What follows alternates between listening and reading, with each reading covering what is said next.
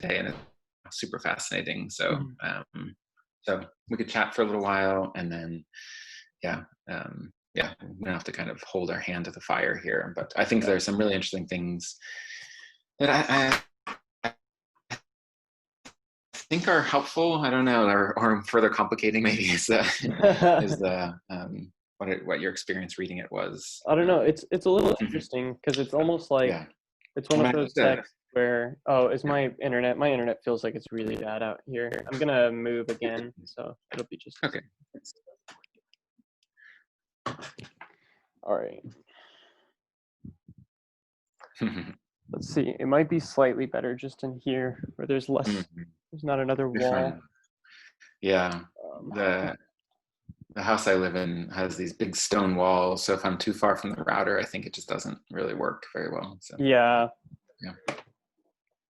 you can always get those like router amplifier things. I've not fucked around with them Mm. before, but I know that they can help just like spread the signal around your house a little bit more consistently. Oh, that's helpful to know about. I should look into that. Yeah. Yeah, and that way you don't have to get a whole nother router or anything. Right. Right. All Yeah. right. Oh, So yeah, I think the reflections on speculative thought, speculative philosophy are super fascinating. yeah. It just gives us a whole new model for what counts as knowledge. Hmm. And I know it was, it's an interesting moment in the history of philosophy because the British Hegelians, the British idealists, were precisely, well, not just, but among the things that the analytic tradition really rejected. Hmm.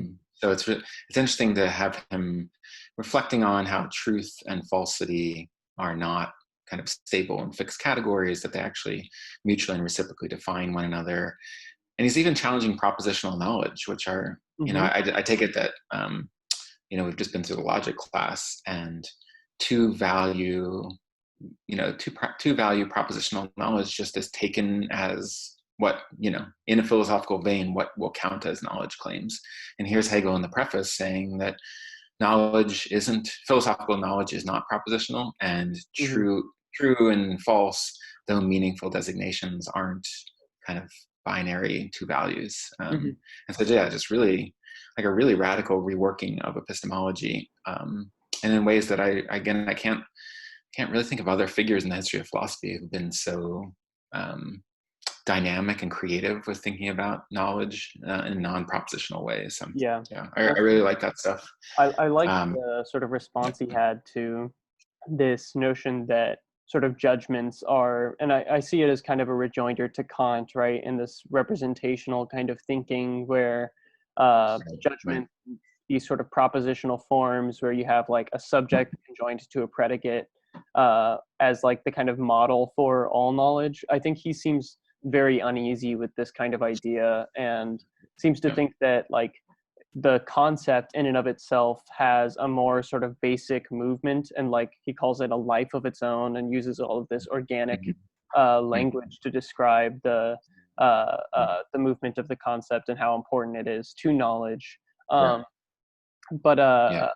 it seems like this is sort of an attempt to try to respond to Kant and to move Mm. away from seeing concepts merely as kind of rules for Mhm. applying judgments, and more so as sort of ways and like modes of apprehending reality, and that these concepts fundamentally change the way in which we come into contact with the objective world. Mhm.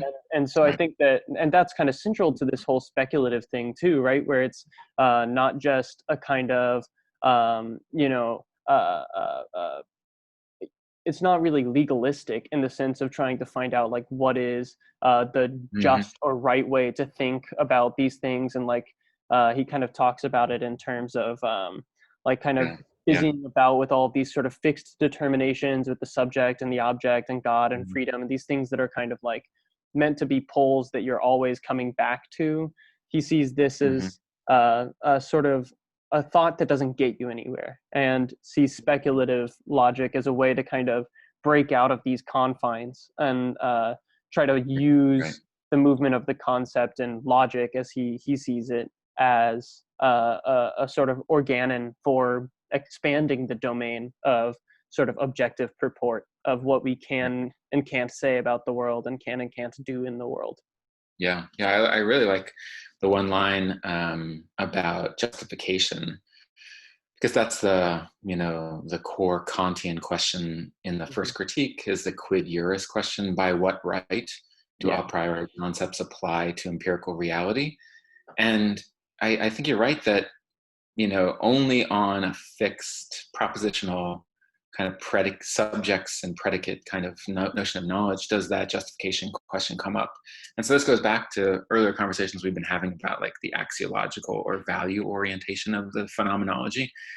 If there's, like, if we think of our um, if we think of our valuations along the lines of the justifications of our knowledge, that something like, and I'm not sure anyone ever said this in the history of philosophy, maybe Kant comes close at times, but something on the analogy that like that is right, which is like the justified knowledge claim. I mean, I guess, well, sorry, Plato, duh. And I just said it out loud and I'm like, oh yeah, Plato said that, right?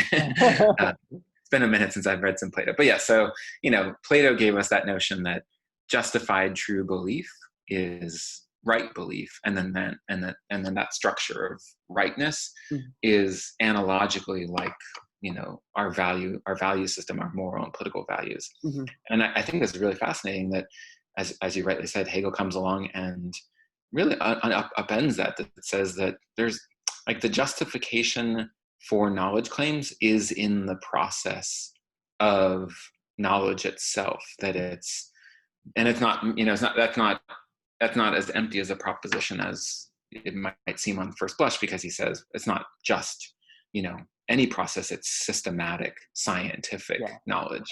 And so that system is self-justifying, so that the quid juris question that Kant asks, the quid juris question that Kant asks, that is, by what right, only stems from this propositional construction of knowledge, which again, Kant is not alone in the history of philosophy in thinking that knowledge is propositional. Like, most people before him thought it, and most people after Hegel think so as well. I mean, the whole analytic tradition is certainly founded on propositional knowledge. And then just one other thing, I agree. I mean, I like everything you said, and I find this super fascinating. And I wish I had another lifetime to perhaps devote more time to Hegel. But Kant does have the schematism in the first critique, because he's thinking about concepts and how they apply to empirical reality, which is significantly different than itself. And he thinks, well, I need a kind of mediating third thing to go between a priori concepts and empirical reality. And he posits the schema as that, these transcendental schemata as that. And the schemata have that same kind of, they almost anticipate this speculative mediation, because they have that, like, they're not rules, they're not just rules, nor are they instantiations of rules. There's something kind of strangely between these two. And so, just to borrow a Wittgensteinian line, it's kind of a rule that tells, a schema is kind of a rule that carries out its own application and tells its own application, and I think that's, though Hegel doesn't cite, Kant on the schematism, I think that's anticipates a little bit of that notion of like, how could you have a rule that's not separate from its instantiation or not separate from its manifestation or expression? And this is what, I think this is what he's working towards with the idea of a speculative logic. Yeah. And like there's that whole, the identity of form and content, where like, Right. I guess the rule there would be the form that you're applying to whatever content. And it seems like, but in some way, like Kant still seems to think that we receive these contents, pure like sensory contents from sensibility, and that we can form them or shape them through intuition and imagination, and then apply reason, or it's brought into the understanding and we work it with reason.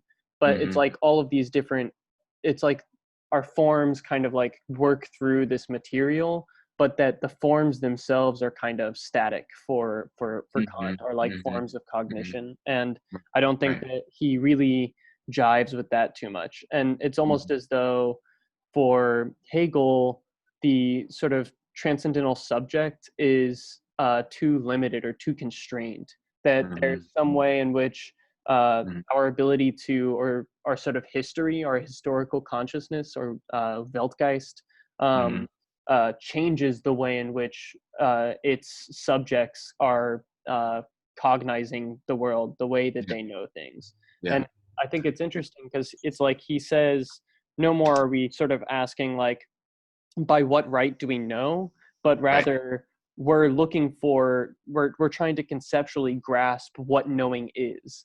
And mm-hmm, so it's sort of like right, this, he uses this language of alienating oneself or going out of oneself and then returning back into oneself. mm-hmm, And mm-hmm, I don't know, I think the preface is interesting because it almost illuminates this subject, the yeah, subject substance identity, yeah, in a yeah, way that the absolute knowing chapter doesn't quite get at for me. Because I feel like right, with the absolute knowing chapter, he kind of like states that this is the case, like we've done all of the work and now we're here where we've turned back into mm-hmm, the substance and subject, and we found them sort of to be opposites, but that they're united in their opposites, mm-hmm, in this opposition. And I think here he kind of explicates that a little bit more clearly. And it's mm-hmm, almost like you get this image almost of like a monism, but I'm not going to say that mm-hmm, he holds this metaphysical monism, but that there's mm-hmm, like one kind of like pervasive substance that through consciousness becomes subject and becomes able to apply predicates and stuff like that. mm-hmm, And then it's, I don't know, it's almost like the emergence of consciousness yeah, where substance, I mean, subject is somehow an entity that has come from substance and mm-hmm, can start to mm-hmm, know itself as an object of cognition as well. And so right. there's this weird way in which the self kind of becomes part of its own other in this kind of cognitive move. Sure. Well, I think he has that. Again, I agree with everything you're saying. I think he has the substance-subject relationship or non-relationships, however we would describe it, Hmm. better in hand in the preface because he's working on the encyclopedia, and so he's thinking about, and you said it well before, like a kind of like what is it to think, like what is thinking, like what's a philosophical account of thought, and again in the history of philosophy, not a ton of people have taken up that as their philosophical question. He ties it to the question of truth, which makes him sound fairly traditional since Plato has taken itself to be, you know, an interrogation of truth. But I think you're right that he kind of orients thought towards truth, or he assumes rightly that the object, even though that term's a little bit unhappy, the object of philosophical thought is truth, Hmm. and he just leaves that be, and then asks like, what is thought? What is philosophical thought? But I think he has the subject substance kind of relationship better in hand in the preface because he's got the kind of encyclopedia, the system up and running in a Hmm. way that he didn't in the phenomenology. And so in the phenomenology, because it's focused on natural consciousness, there's a way in which it like keeps falling back into something like a transcendental subjectivity, and that only in the end does this natural consciousness that's you know it it it, it kind of started in the wrong place, even though that's not right to say for Hegel, because everything systematically, there's no wrong starting point. You can start anywhere in the system and you'll arrive at its kind of completion. But natural consciousness does seem to like hold on to structures of subjectivity Hmm. um, longer than does a scientific standpoint. Yeah. But I found again, there's so many passages. I mean, I could have imagined us just talking about the preface for however many weeks we've been talking, Yeah. because it's just so Going through fascinating. it and mining it. Yeah. Yeah, in paragraph 32, and I know you're using the different translation, but I find some of the reflections here, and I never knew that Zizek got his line tarrying with the negative from this passage. Hmm. So, now I know that reference. uh, but yeah, there's really the relationship between spirit, subject, and substance comes out really interestingly here. In my translation, it's about halfway through that long. 32 is quite long, Hmm. but the passages. but that an accident as such, detached from what circumscribes it, what is bound and is actual only in its context with others, should attain an existence of its own and a separate freedom. This is the tremendous power of the negative. It is the energy of thought of the pure I. And then, I mean, again, in a really remarkable passage, death, if that is what we want to call this non-actuality, is of all things the most dreadful. And to hold fast what is dead requires the greatest strength. And then just a little bit beyond there, he writes that spirit is the power to tarry with that negativity. Mm-hmm. And I think that's the strongest, presentation of the subject and the, like, as you're calling it, the transcendental, Kant, the transcendentality of perception, and Descartes, the cogito. I think that's the strongest kind of scientific reflection on subjectivity and prevailing ideas of subjectivity that we get. And he identifies it with death, that he thinks that the cogito is just dead, and it's lifeless. And it's a really, it's a really striking passage that, that what Descartes thought of as the I don't know, the point from which all truth emanated, and most of the history of philosophy has thought the same. Hegel comes around and says, no, that's actually the deadly, a deadly static point that spirit just has the strength to tarry with in that negativity. Mm-hmm. Yeah, Yeah, really, it's like, really fascinating. it's very empowering, right? Where it's like spirit is able to sort of harness this terrifying power of, like, watching things pass into non-existence and Mm-hmm. still being able to deal with that, to come to grips with that. And Yeah. it's I really like that tarrying with the negative Yeah. translation. Yeah. I think here it's translated as, it says, spirit is the power only by looking at the negative in the face and lingering with it. This lingering is the magical power that converts it into being. And so it's like death or spirit by confronting death and being able to sort of harness death, harness this non-actuality. And this makes me think too of sort of Plato's injunction of humans being uniquely capable of positing non-being, of saying, like, what does exist and what doesn't. And there's an interesting essay from Ray Brassier called That Which Is Not, that I'm planning on trying to read and connect with my Hegel reading at some point, but it's probably beyond the scope of the paper I'm writing for this. But yeah, that's an interesting way to put it, that we are the only, I kind of tell this story sometimes in a generic epistemology M&E class. But yeah, we are the only kinds of beings that posit nothing, not negativity, which is productive for Hegel, as we talked about last time, but we posit nothingness. And so we are kind of death.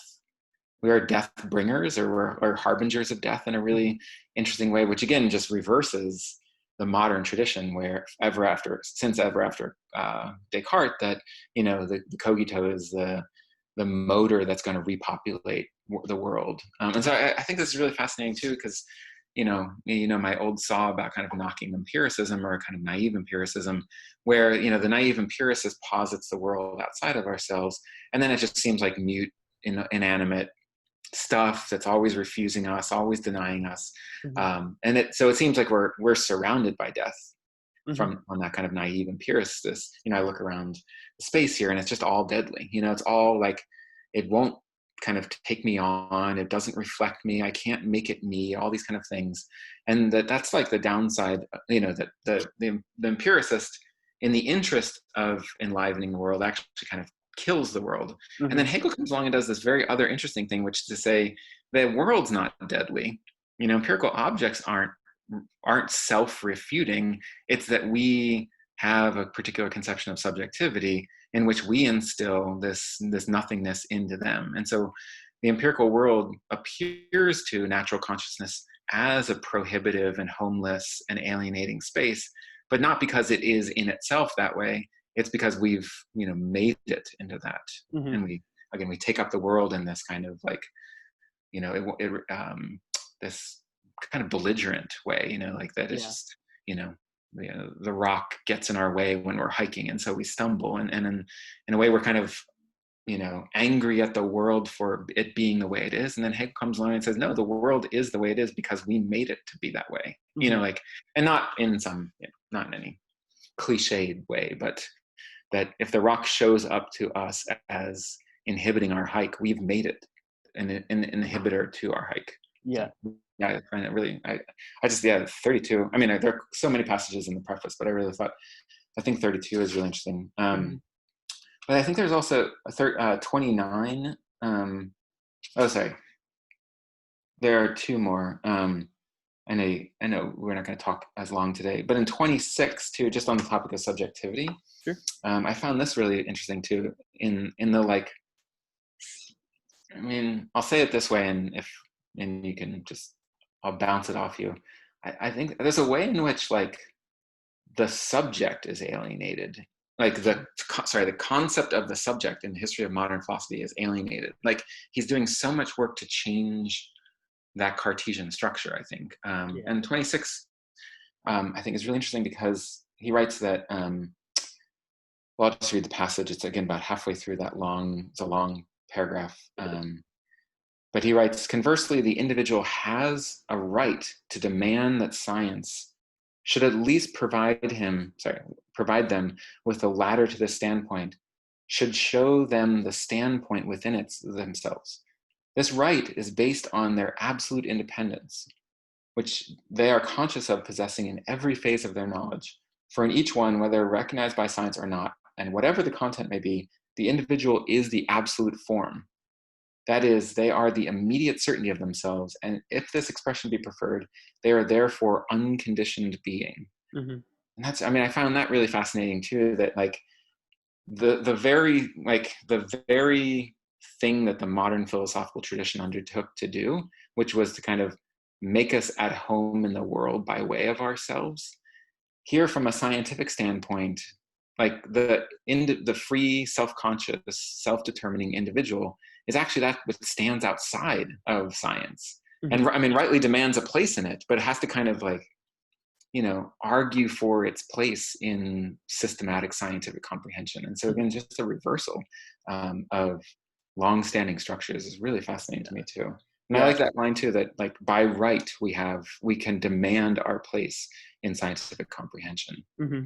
And I love it too, like this notion that, like by working we can come to realize this, and it's not something that's simply given. And he kind of points out, I think it might be later on, I'm not sure if I'd be able to find it right away, but this notion that the sort of subject is something that we can consistently return to. Mm-hmm. Whereas here it's like the standpoint of consciousness where the subject is opposed to objective things, is at odds with this scientific understanding, because here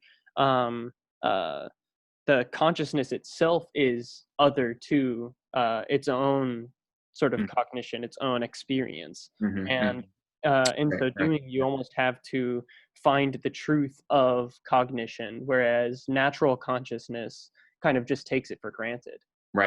And that's kind of the movement of the phenomenology, is this, we're given this natural consciousness, and then as the phenomenology goes on, this sort of relationship to the other as object, the object changes, which necessitates us to change in some way, or the knower of the phenomenology. And then he puts this nicely as from 26 and the bottom of 27, we get his encyclopedic perspective on the phenomenology. And I like this line too. So again, I really like 26. I really want to spend some more time with the preface because I think there's so much going on here. But he writes, when natural consciousness entrusts itself straight away to science, it makes an attempt, induced by it knows not what, to walk on its head too, just this once, the compulsion to assume the unwanted posture and to go about it as is a violence it is expected to do itself, all prepared. And for all of Marx's, rightful fame for turning Hegel on his head, we already get that idea here that for natural consciousness to begin from a perspective of science would be for it to turn itself on its head, because it's sensuous, it's particular, it thinks of itself as a discrete something apart from and other than the world. Like that's that's the modality of natural consciousness. So Mhm. to begin with speculation, where truth and falsity don't have the status that we propositionally take them to have, Mhm. that all knowledge is historicized, that there's a historicity to all knowledge. It would be to kind of turn it would be to turn natural consciousness on its head. And then the last sentence of 26 and then the beginning of 27 basically says, like, oh, and this is the whole phenomenology, right? The Mhm. in itself has to express itself outwardly and become for itself. This is what you're just saying. And this means simply that it has to posit self-consciousness as one with itself. It Mhm. is this coming to be of science as such, or of knowledge, that is described in this phenomenology of spirit. Mhm. Yeah. So I think this is really interesting too, because like from all, and I've hinted at this sometimes in my comments, from science's standpoint, natural consciousness is just wrong. Like Yeah. it just, like, and I think this is part of, like, natural consciousness, I guess we would just call it kind of intuitive, commonsensical, like, fire engines are red, kind of, Yeah. just looking around the world and, Right. picking it up and, or the writing with a pencil and the pencil point breaks, and so like feeling it to be an object outside of myself. That it seems like that natural consciousness is just in fundamental error, because it lingers with these structures that are non-scientific. And so it seems like, in the phenomenology, when he writes from our perspective, but from the philosopher's perspective. And so I think this is really interesting, that he doesn't want to say that natural consciousness is wrong. He wants to say that there's a negativity to natural consciousness. It's just run through with negativity, and Mhm. it's this productive negativity that it has to go through. That knowledge has to go through this productive Mhm. negativity to arrive at absolute knowing, and Yeah. that's the phenomenology.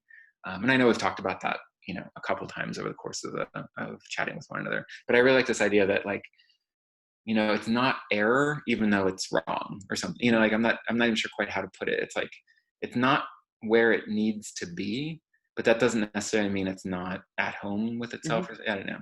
Yeah.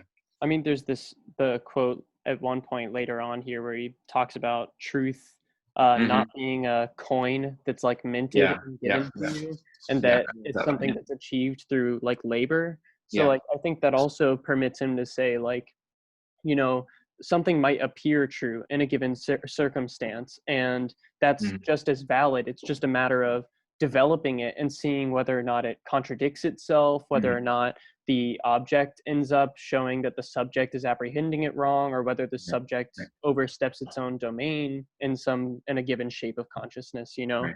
Right. um and Yeah. there's this, yeah, like natural consciousness is self-refuting, and there's Right. like Right. this point earlier on in the preface where he talks right about how like these things like truth and falsity are, in themselves they're universals, but Mhm. that doesn't necessarily mean like that they're good foundations, and that Mhm. these foundations as foundations are false because they are foundational, Because they're and that foundation. you can elaborate these foundational sort of modes of Mhm. cognition, or models of how we know the world, or I would say like models of the fit between mind and world here, Right. Right. and Right. you can show how they're inadequate and that they actually don't really track with reality. Yeah. um, Yeah.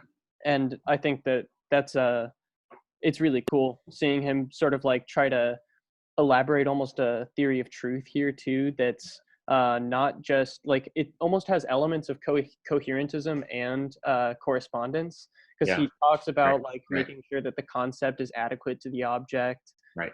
but he also makes sure that the system works as a system, otherwise it fails to sort of take shape as actual living truth.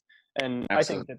that that's really powerful, because we still Yeah. have discourse to this day about like which theory of truth is Mhm. the Mhm. most appropriate. Yeah, and I mean, I agree with all that, as well. That he does seem to be he's just a strange epistemologist. Period. Haha. Like, he's just giving a very different epistemology. Very But much. it's like, uh, the concept corresponds with its, in form and content, when it's fully determined. But when it's fully determined, it shows its place in the systematic cohesion. And so there's a way in which, like, the correspondence theory and the coherence theory actually blend with one another.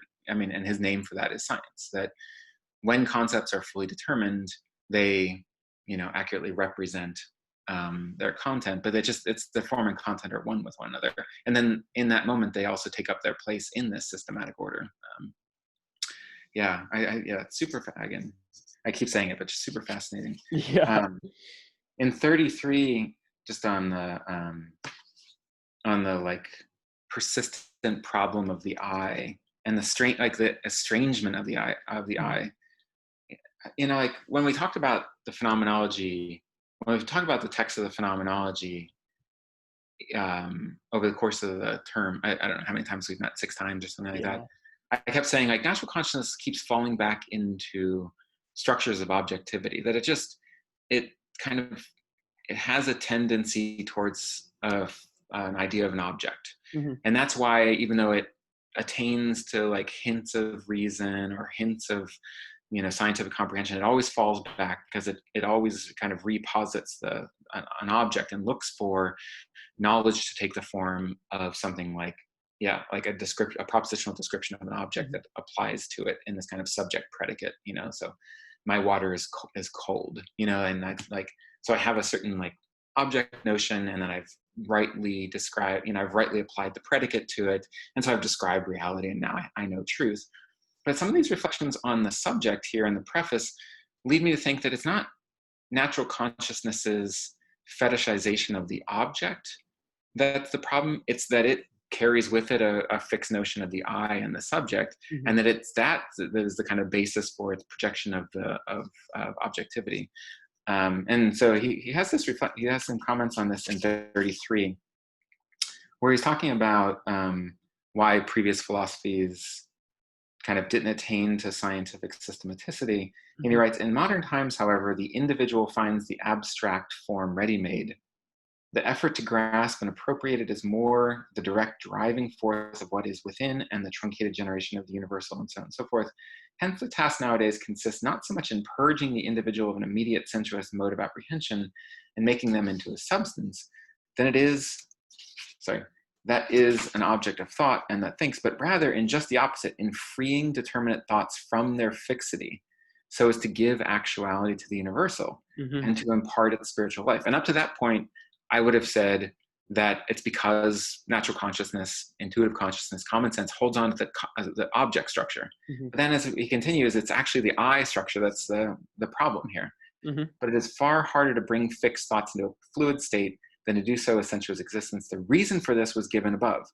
Fixed thoughts have the I, the power of the negative or pure actuality for the substance, an element of their existence, whereas sensuous determinations have only the powerless abstract immediacy or being as such.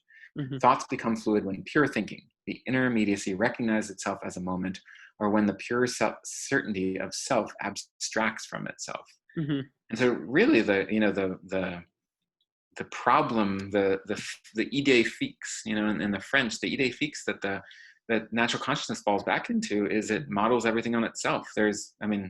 It's a problem of like profound narcissism. Like we carry forward, again, it's not like, it's not that the dogmatism of empiricism, like the empirical dogmatism of like objects that give properties and we read those properties off themselves, from Hegel's perspective, is nothing compared to the dogmatism of like a fixed I that's Mm-hmm. moving through reality, then has these structures ready-made that it's going to apply to that reality. Yeah. I mean, it's a brutal takedown of Kant and this It sort is. of like this Yeah. persistent I that accompanies all of our representations. It's like Yeah. he wants to point out that, in order to sort of adequately have the movement of concepts for us to understand how concepts operate in cognition, the I is somewhat obliterated, Yeah, like, absolutely. and it's like, it's interesting because, the I is on the side of the concept. And so the sort of concept, when it comes up against its limits, necessitates a sort of conceptual change. And that means that, either the object has provided reasons for which this conceptual change must occur. And it also ends up broadening the domain of inquiry, that it broadens what kinds of things we can take to be objects too. Mhm. And so it's like and it's this freeing these Mhm. things from their fixity, right? These determinations from Right. their fixity, where, it's like, we have these thing like stuff, this like, like a cup on a table. And Right. then we have these laws that you find out. And so this objective domain from like uh, sense certainty and perception towards the understanding, we find these other kinds of things or these other objects in the world that we can say are like, our knowledge of them is objectively valid in some way, Mhm. but which are totally different from our everyday objects. Mhm. And the mode of cognition that we go into is so far removed from our sort of sensible sort of reasonings about, Right. this such is Right. and that kind Right. of Yeah. the here's and nows and stuff that we deal with in everyday life. Um, And you've said and this before, and I think, I mean, you're right that if there's a Kantian subject that is of interest to Hegel, it is the practical subject. It's not Mhm, the theoretical subject, because the way in which the practical subject for Kant, well, I mean, first of all, it's not substantial. I mean, it can't be, because it has a merely regulative relationship with empirical reality, mhm, but it also doesn't kind of take up the world in that, fixed categorization and subject predicate structure. That, I mean, that's precisely what the first critique frees the practical subject to finally do. To like to know the moral law and to be guided in the world, in practical engagement with the world, mhm, by yeah, and something like the categorical imperative, which is unfortunately represented usually as this kind of rule, but it has more of the kind of like rule that tells of its own kind of application, that we live the moral law. We don't have to kind of sit and wait for the moral law. yeah. Like we don't like take the moral law and then like lay it over like a transparency on top of something, Mhm, and then think, okay, these, and I know that's how I know that's how Kant's text reads, but like it doesn't have that law-like structure. It doesn't have that rule-governed structure to it, precisely because the practical subject is just a different kind of subject. mhm. And I think Hegel comes close to saying it. He says that thought is purposive. I don't know how Pinker translates that line. And Yeah, he's no, I he's remember something like this. he's at this. So it's in 22. Or sorry, that reason is purposive. The very first Mhm, line of 22. And again, I find 23 really fascinating too, because he actually goes through an instance of speculative logic. mhm, But 22, he begins in the Miller translation. What has just been said can also be expressed by saying that reason is purposive activity. Um, and mhm. then blah blah blah. The unmoved, which is self-moving, its power to move, taken abstractly, is being for self pure negativity. The result is the same as the beginning, only because the beginning is the purpose. In other words, the actual is the same as its notion, only because the immediate as purpose contains the self or pure actuality within itself. And sorry, this is not to credit Kant with all those insights. Purposiveness was an important part of Kant's philosophy, but Mhm. he doesn't go this far. And so, built, like the very structure of reason is purposiveness. It's funny that like in like history of modern philosophy 101, the thinker of becoming and change is Nietzsche, but I mean there's so much dynamism in Hegel already that it's really it's yeah, I mean maybe Hegelians always roll their eyes at Nietzscheans for this reason, as if Nietzsche discovered becoming. But I mean it, yeah, anything that's fixed is the problem. Fixity is like the problem in Hegel. It's what keeps thought from purposively developing. Yeah. Yeah, I mean, and I kind of see like Nietzsche is only sort of being enabled by Hegel in some way. Like Mhm. Hegel kind of provides this sort of broad historical view from which to understand, and I'm sure philology was around for a while as well. Mhm. But with Hegel, it seems like there's this kind of grand historical narrative to tell about how consciousness kind of comes to know the world in ever better and greater ways. Right. Right. And Nietzsche kind of is the representation of some of these same conceptual resources but from Hegel, like this becoming, like the lack of fixity of determinations, the kind Mhm. of like skepticism about the fixity of the I and stuff like Mhm. that. But it seems like Right. for Nietzsche, they're turned against this sort of Enlightenment project. It's no longer kind of the culmination of reason in this grand story, and more so, we can reason about these things, but what does it really do for us? Yeah. It doesn't seem to get us anywhere unless we change ourselves fundamentally on Right. this like very Right. practical kind of lived level Yeah. for Nietzsche. Yeah. Last time yeah, absolutely. It's just a kind of quirk of history that Nietzsche turned out to be right and Hegel turned out to be wrong. Because if like the rest of the 19th and 20th century had gone in some kind of rational, ordered, progressive, and enlightenment direction, we'd all be Hegelians basically. But it didn't. Everything came to pieces, fell to pieces, and so Nietzsche turns out to be right. Yeah. Which again, not necessarily the happier outcome. Last time we were talking with one another, I said something about reason. Esteban asked a question about what it means for history to be rational for Hegel. And again, I really do want to avoid the thought that the rationality of history means that everything that happens for a reason, or that kind of really stiff, kind of generic way of thinking about the rationality of history. And then I said something like, everything can be said to have a reason in this kind of recollective fashion, and that's the kind of essential historicity of Hegel's epistemology. That there's always a historical character to thought, and so that reasons can be given or determined kind of after the fact is what makes history rational. And then after we talked, it occurred to me that I may have described him as too Kantian in that moment, because that's kind of like what Kant would say about history. It's like, history is purposive, but that's, we can see it to be purposive, but that doesn't necessarily mean it is purposive. And so I just want to like dot the I there, that for Hegel, the reasons we give for historical occurrences, are the reasons that the historical moment happened. It's just like that there's just a recollective, historicized kind of structure to our knowledge of it.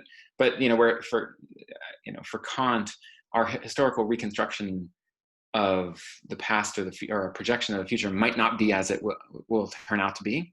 And that's Kant's great, like, I don't know, his shyness, his humility. Whereas Hegel's, there's no humility in Hegel.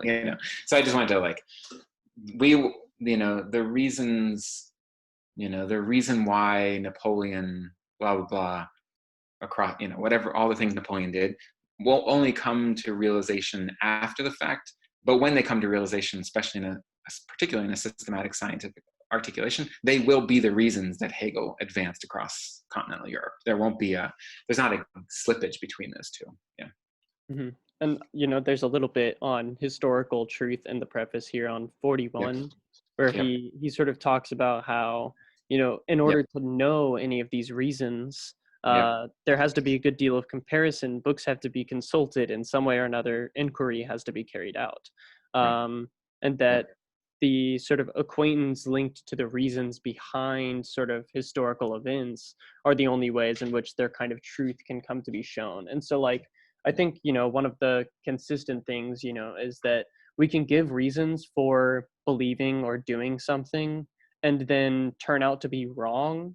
And that will cause us to give an alternative account, a new kind of reason. And so it has to do with this process of being able to recognize ourselves, being able to look at what we've done in the past and learn from those things, so that we can learn what must be born from our mistakes, and from the, tragedies of the past. It's like, and actually there's a great little one of Brassier's quotes on his essay on Hegel. He points out that, Bataille kind of talked about a portrait of Hegel, where Hegel he thinks that you can see like the horrors of history in Hegel's eyes. And Bataille says that Hegel is a sphinx. What it is really wrong, but only what is really wrong can be retrospectively acknowledged as what was really right. There is no escape from the slaughter bench of history. Right. Perhaps this is what Bataille had in mind when he was talking about Hegel's portrait. That's a famous line, the slaughter, because Hegel uses it, right? That there is a slaughter bench of history, and it gets him into just a world of hurt because of this kind of like, oh well, 160,000 people had to die of COVID, but later, we'll know something about viral infection and different strands of autoimmune, these kind of things, and Mhm. I mean, it would take some work to disentangle those two, because you don't want to leave him saying such a thing, because it's really, I mean, ethically and politically atrocious to say such a thing. So there's more work to be done on that. But yeah, I like that stuff on historical truth in 41 too, and I think it's really important too, because like the modern version, or sorry, the 21st century version of that is something like, well, then it's not truth because it's always historically revisable, and if we go into the archive and find another source, then what we took to be true will turn out to not be true, because some other account of it is givable. And I like that he holds on to the notion of truth, but he can only do this because he's complicated the relationship between truth and falsity. Mhm. Because I think that's like, we're to this place where like everyone's different account is equally viable, and so there's no truth. We're in this kind of post-truth kind of circumstance, because Yeah. we know that later our conceived notion of what is the case will be revised, and so we think, well, you know um, it's all just mere opinion. And I think there's something really important in these parts of the preface where he's saying, no, truth, that's truth, that's the very structure of truth. That's Mhm. not, and it's not like a belittlement or a diminishment of truth. That is what truth is. That's what philosophical truth is. Yeah. And I feel that sometimes in teaching philosophy, that um, we don't really understand what philosophical truth is. That we treat it as if it's supposed to be like mathematical truth, or Yeah, yeah. And there's right. this whole sort of middle part of this where he's talking about how sort of math deals with these Jesus Simon. A visit. um, he kind of like talks about how math deals with this kind of blank slate kind of space is just this uh, extension is just this space where the concept can kind of inscribe its own relations into things, and it doesn't necessarily have any constraints that it has to work within. And I think that kind of changes with some contemporary mathematics where we have Sure. like objects that we are creating and like spaces that there are that constrain the kinds of things that can happen in them. Hmm. um, Yep. but yeah, I mean, with regard to the historical points we were saying, like, Mm. I don't take it that Hegel thinks that all of history is justified. I don't think that he thinks that it's, like ultimately justified by God or by like some divine order that exists, Right. but that, just that it progresses with purposes, that there are sort of reasons that are given for our practices. And Yeah. I Right. think that He's not. allows, and He's that not doing this. Yeah. this sort of revisable thing is crucial even today. Like you said, this kind of post-truth world that we Mhm. live in is like, Mhm. I think it's important to recognize that, like, no, even in the sciences and like the natural sciences, our ability to revise our concepts and revise our models Mhm. is central Mhm. to their truthfulness. Yeah. And Yep. so like, Right. with quantum theory, or we have some basic models with different varying interpretations that we approach them with, and depending on those things we can update these models in different ways and try to find out which ones track with truth better. And like, Right. Right. obviously they're probably going to be revised down the line, but that doesn't mean that they're not the best tools we have for addressing like Right. the sort of like micro physical structure of like atoms and stuff like Right. that. It's Right. like those are necessary tools for being Yeah. able to cognize sort of the physical substrate that we Right. exist Right. in. Yeah. I think in reading this stuff about truth, and its revisability, I really like the stuff too that he writes. I know you've got to go soon, but I like the stuff he says about how like previous systems of philosophy aren't wrong. There's no, there's like no such thing as a wrong. And I used to say this in intro, and I think it just confused everyone. But there's no way that philosophy is wrong. Like, there's no way that Hume's wrong. Like, what would that even mean to say that, like, or that Locke is wrong? Like they're that's not what philosophical truth is. Like, it's not. It might not be complete, or it might not be, perfectly articulated. Like, there are things we could say about it, but there's no such thing as like philosophical falseness. Hmm. And I really wish in today's world where like, if a scientist comes out and says, well, masking is, probably helpful in the in stopping the spread of coronavirus, then someone hears that as that probable as like, oh, it's not true then. Mhm. And I think there's some really interesting resources here in the preface to insist on scientific truth. Like when a scientist says mask, you know, they're speaking the truth. And like that it could be revised and that it will be revised doesn't mean it's not true. Mhm. Now, just like there's no such thing as a false philosophy. Yeah. Or Yeah, and that, like, at least the false isn't just some sort of fixed notion, right? Like, right. I You think just he like has this very important sense in which, we can address things about like Hume's philosophy. Say, like, I'm sure Hegel would be like, no, not all concepts are derived from experience. right, right, So he could say Hume got that wrong. That doesn't mean that Hume's philosophy is just false or all of right, Hume's philosophy is wrong. It's like right, what did it get right? And right, Hegel can be like, yeah, there's a mode of cognition that does have some way in which sense impressions play an important role in furnishing materials for cognition. yeah, Does it give us concepts? No, the concept is there before we can even, like, it's a condition of possibility, to use Kantian parlance, for being able to have cognition at all. yeah, But yeah, I've got to get going. So yeah. Just um, one other thing, just because it's the famous Kojev, yeah, because I think you were looking at Kojev, but it's in 11. I think that's it. scroll back to it. Yeah. Anyway, 11 is that famous line where he said, like his one question is why Hegel and why now? Hmm.